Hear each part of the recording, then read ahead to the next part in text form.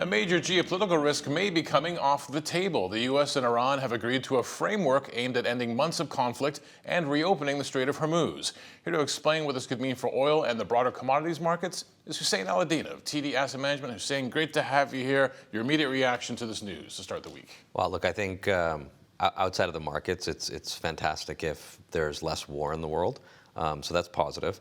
I do think that the oil market, even prior to the kind of announcement over the weekend, was pricing in arguably a best case scenario. And I think that's why we see oil only off 5% today and still trading above $80 a barrel. Greg, I think there's a lot of unknowns here, right? There's a lack of clarity on what the deal actually entails. It does seem very much that much of what Israel and the U.S. set out to do is not achieved, right? There isn't regime change. There's no discussion about Iran's missile program. There's no discussion around the proxies. It seems like we are going to discuss over the course of the next 60 days the nuclear program. But there's a lot of uncertainty and frankly, lack of clarity on what this means.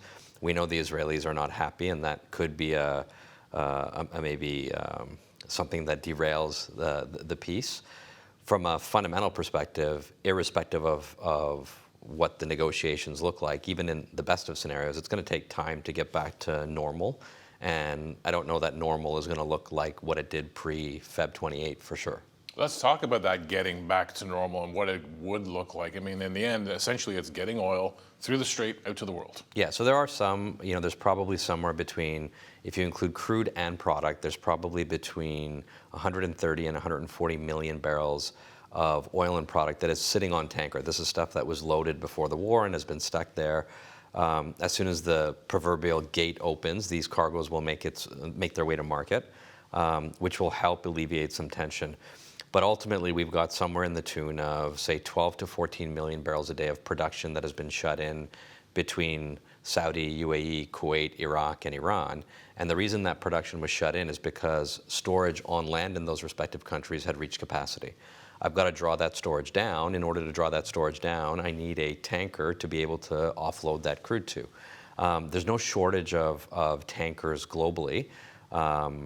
Kepler does some great work on this, and they've argued that there's probably 500-600 tankers available, but they've got to get there, they've got to load. And frankly, you're looking, I think, in a best case scenario, 4 to 6 weeks before you see sort of cargoes return, not to normal, but to something higher than what we're seeing over the course of the last little while. And then there's the second layer of what's happened to infrastructure in the Middle East. Are we going to be able to get production back to normal? The Kuwaitis, I was reading over the weekend, the Kuwaitis believe that we could probably get back to 75% of the 14 million barrels a day over the course of the next couple of months.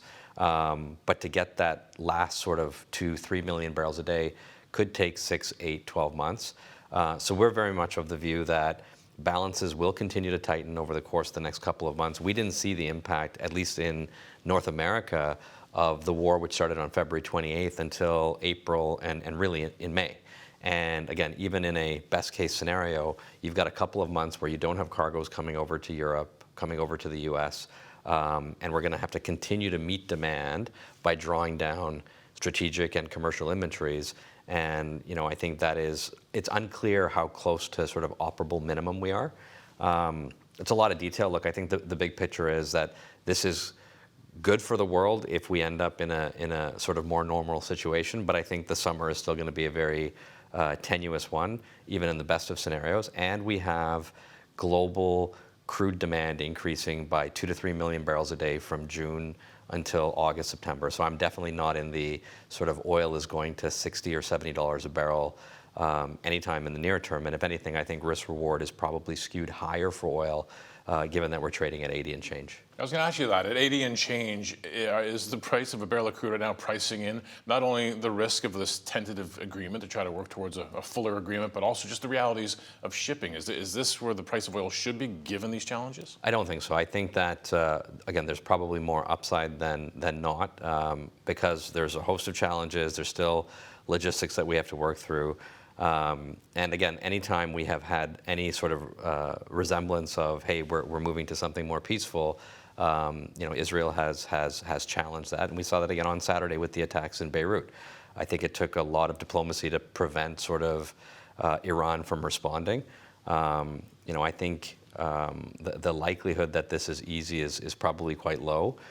The one thing that is clear is that I think Iran comes out of this materially stronger, arguably, than they were on Feb 28. This started because, when this started, we had talked about regime change. We haven't talked about that in the last 80 days. We talk about Iran's missile program. That is nowhere in the text. We talked about Iran's support for their proxies in the region. Iran, I think, has been brilliant in including Lebanon in this peace framework. And I think one of the reasons why we're not signing this MOU today and are waiting until the 19th is to see if Israel actually does pull back from Lebanon. I don't think this is a done deal by any stretch. What should investors do with all this information right now? Because it's been a tough, market to navigate given all this. Yeah, look, I think I go back to kind of portfolio construction. I think most investors are underweight commodities.